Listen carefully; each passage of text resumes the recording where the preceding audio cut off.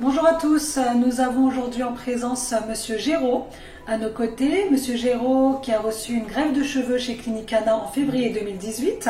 Nous allons donc témoigner ensemble aujourd'hui de son expérience et écouter un peu son parcours. Bonjour Monsieur Géraud. Bonjour. Comment allez-vous? Très bien, merci. Ça va? Oui, très bien. Super. Alors, on va discuter un peu, on va vous écouter afin de témoigner un peu de votre expérience. Pourquoi êtes-vous penché sur la Turquie, Monsieur Géraud, pour la greffe de cheveux? Alors déjà, c'est une longue recherche, faut le savoir, quand on veut se faire implanter des cheveux, parce qu'on a un peu des craintes, des peurs, et puis on ne sait pas si on doit le faire, parce que c'est un peu tabou aussi, faut bien le dire. Et donc, on se penche dessus. Moi, je me suis penché dessus sur cette question-là depuis 2-3 ans, voire même 4 ans, et je réfléchissais, et puis après, j'ai commencé à chercher où on pouvait se faire implanter des cheveux. Donc il y a en France, il y a dans différents pays.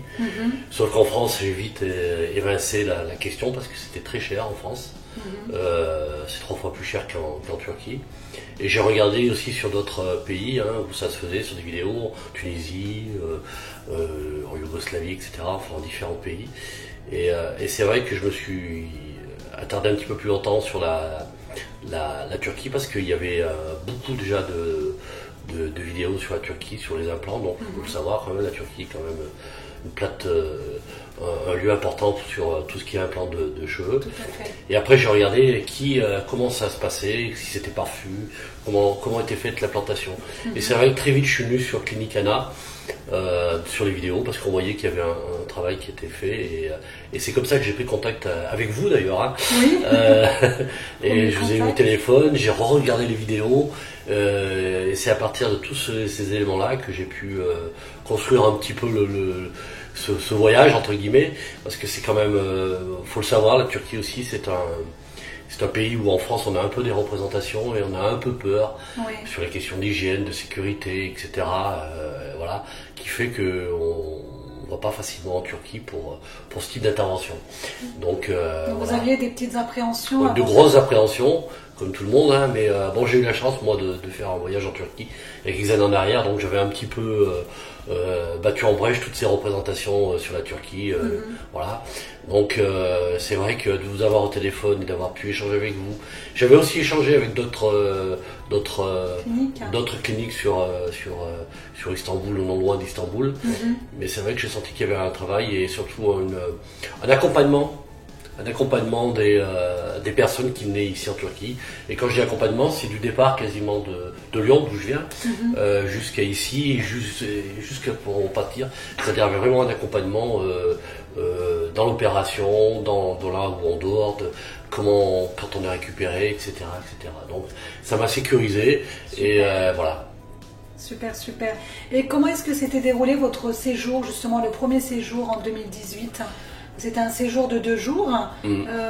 Pouvez-vous nous en parler un peu, la prise en charge, l'équipe médicale, qu'est-ce que vous voudrez ajouter là-dessus? Alors quand je dis prise en charge, oui, quand je dis accompagnement, oui, c'est peut-être même prise en charge, parce qu'en effet, j'ai été récupéré à l'aéroport, on m'a expliqué à chaque fois ce qui allait se passer, donc un détail à chaque fois de ce qui allait se passer, qu'est-ce que j'allais faire, à quelle heure était l'intervention, qu'est-ce qui allait se passer, prise de sang, etc. Donc, parce qu'il faut le savoir, il y a tout un protocole qui est mis en place, prise de sang, enfin examen complet, et qui fait qu'à un moment donné, on sent quand même que c'est sérieux. Et donc, oui, pour revenir à votre question, qui était sur la prise en charge, c'était une prise en charge de A à Z, de l'aéroport jusqu'au départ à nouveau de l'aéroport. Et donc pendant ce temps-là, c'est vrai que il y a eu différentes phases, la phase un peu d'accueil à l'hôtel, la phase de première, on va dire échange avec les spécialistes, les médecins, on va dire. Et c'est là où on a pu définir un petit peu ce qui allait se passer, comment ça allait se passer, avec bien sûr votre accompagnement, au niveau traduction, au niveau explication, au niveau voilà. Ça aussi c'est très important, parce que moi je parle pas forcément bien l'anglais, voire très mal l'anglais, donc heureusement que vous étiez là pour faire un peu la traduction, je le dis, mais c'est voilà, une bonne connaissance quand même, mais quand même une écoute aussi, j'ai senti une écoute de la part des intervenants, des médecins, j'ai envie de dire, des chirurgiens, pour tout dire. Et donc on a pu définir un petit peu les zones qui allaient être prélevées, donc plutôt la zone arrière, hein, donc il me reste encore pas mal, donc c'est bon pour la deuxième fois. Super. Voilà. Qu'est-ce qu'on a fait lors de la première séance? Alors la première séance c'était bien sûr un prélèvement des greffons qui se fait sur l'arrière, hein, ici. Et ça a été réimplanté ici, sur la partie avant, plus sur la partie avant, avec un petit peu la partie arrière, mais surtout la partie avant, où il n'y avait plus de cheveux.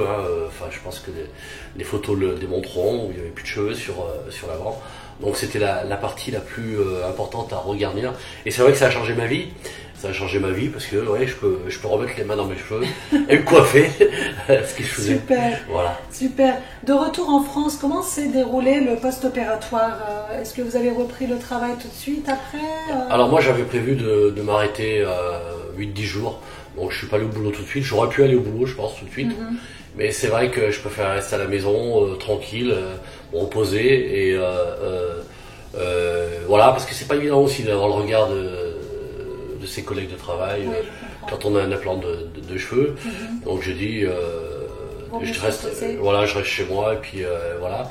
Mais là en plus du travail, bon j'ai pas un boulot physique, hein. C'est très bien passé, il n'y a pas eu de difficultés particulières. Voilà, bon, il faut faire un peu attention évidemment, hein. S'il pleut, il faut peut-être mieux éviter de prendre la pluie ou des choses comme ça, mais il y a des précautions à prendre.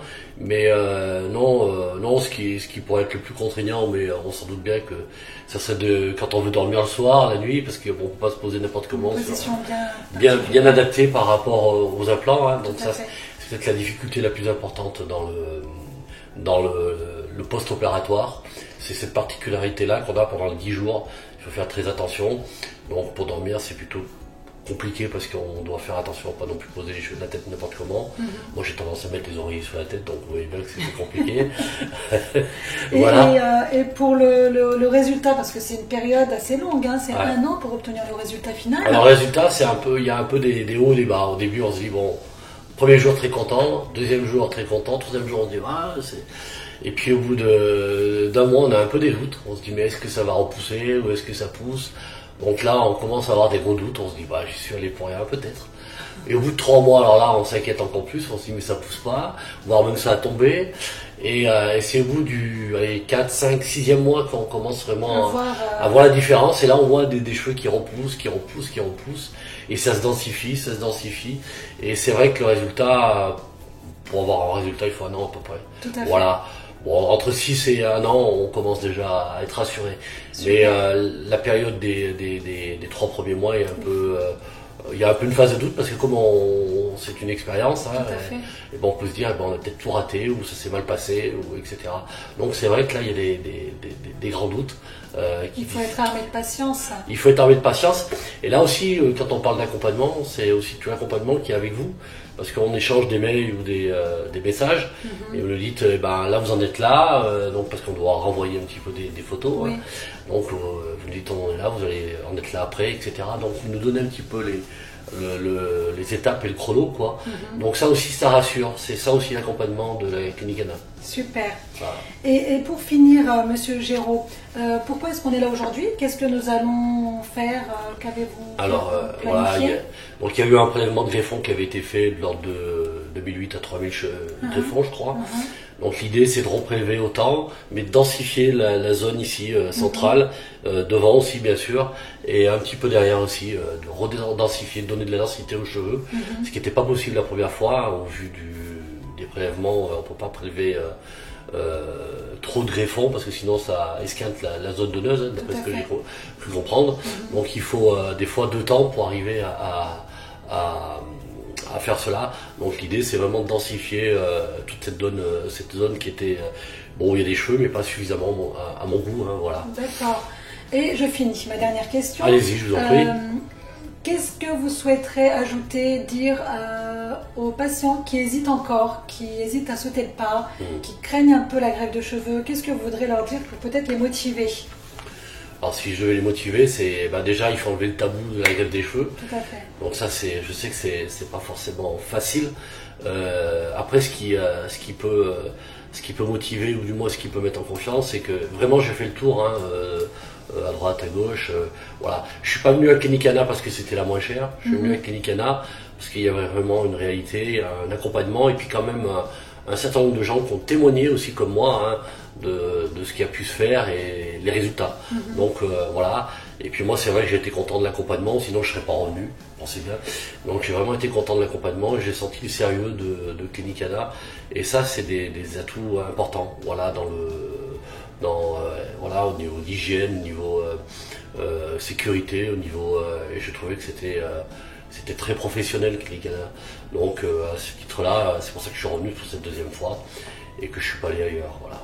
Super, en tout cas je vous remercie. Eh ben, c'est moi qui vous remercie. Et je vous dis à dans un an avec le résultat final. J'espère bien. Merci. Merci.